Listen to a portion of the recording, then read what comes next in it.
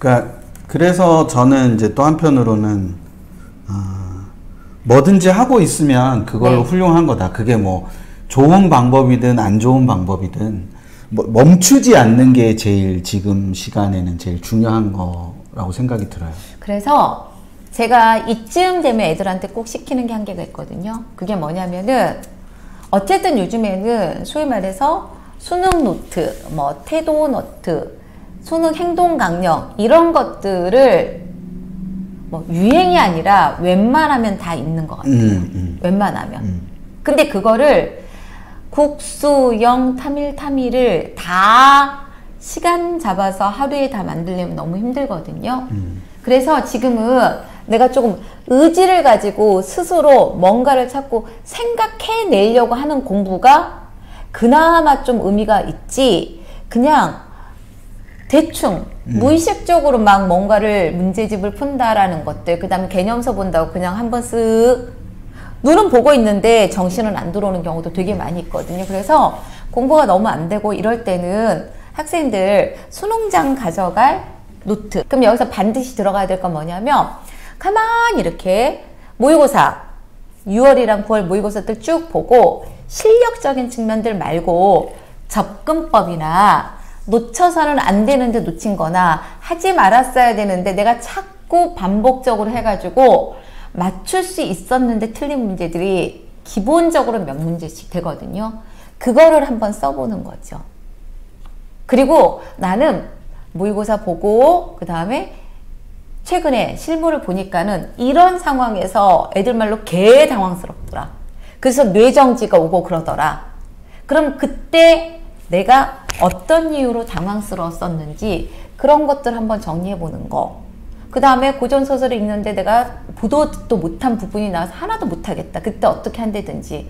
이 구체적인 것들이 그 우리 민준 멘토가 써준 행동 강령. 그 다음에 이제 제가 이제 다시 찾아서 끌어를 할 건데 해마다 제가 수능 즈음에서 써주는 올려드리는 게 있거든요. 그거를 제가 내일까지 올려드릴 테니까 그런 거를 참고로 해서 좀 나는 이런 제지가 나왔을 때는 어떻게 하고 소설에서는 어떻게 하고 현대시는 어떻게 한다 이런 것들을 한번 이렇게 정리해보는 것들이 되게 필요한 것 같아요. 지금 말씀하신 게 이제 태도노트나 이제 뭐 태도노트 이름이야 뭐 태도노트일 수도 있고 뭐 오답노트일 수도 있고 뭐 그런 건데 되게 중요한 거 말씀하셨거든요. 그래서 그 모의고사에서 틀렸던 거 이제 정리를 해서 이렇게 가자면, 그러니까 모의고사에서 틀렸던 것에서 틀린 것도 유형이 다 다르니까 특히 이제 그 중에서 실수하는 것들을 중심으로 어떻게 틀렸고 그래서 그것들을 어떻게 제어할 거다라는 거가 있어야 된다. 그래서 이제 말씀하신 것 중에서는 이제 뭐 민준이가 그렇게 써놓은 것도 있겠지만 기본적으로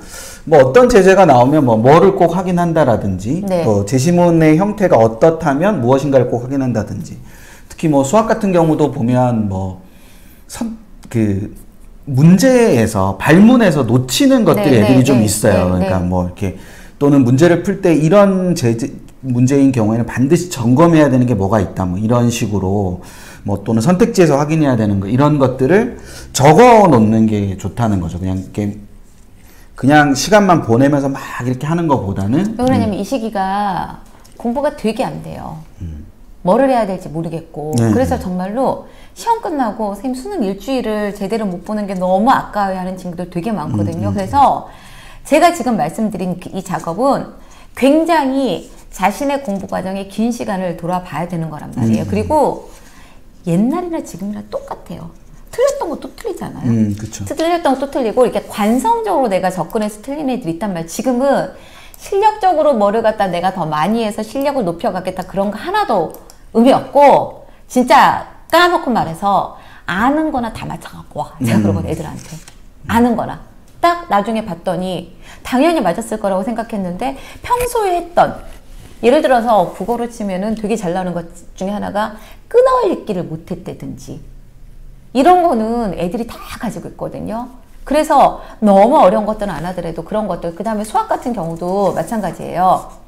제가 예전에 말씀드렸잖아요. 그 수학을 갖다 잘 못했었는데 극복하고 수학 어려울 때 문과 만점 받았던 애가 수학 A2 Z 해가지고 이런 것도 있었어요. 뭐 면적은 절대값 뭐 이런 식으로 그다음 뭐 했을 때는 뭐부터 보자 뭐 했을 땐 뭐부터 보자 이게 결코 어려운 것들이 아니거든요. 그런데 개인별로 그런 네. 것들이 정해져 있는 거죠. 그래서 그런 거를 이렇게 명확하게 딱 어떤 방법이 옳고 좋고 이런 건 없습니다.